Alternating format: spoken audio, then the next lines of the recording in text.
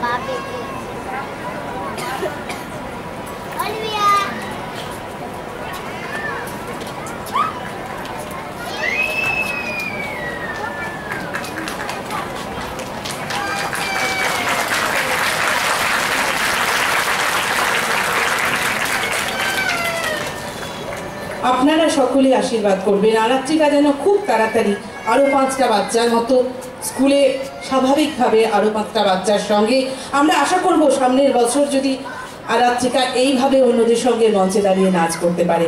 আপনারাও প্রার্থনা করবেন।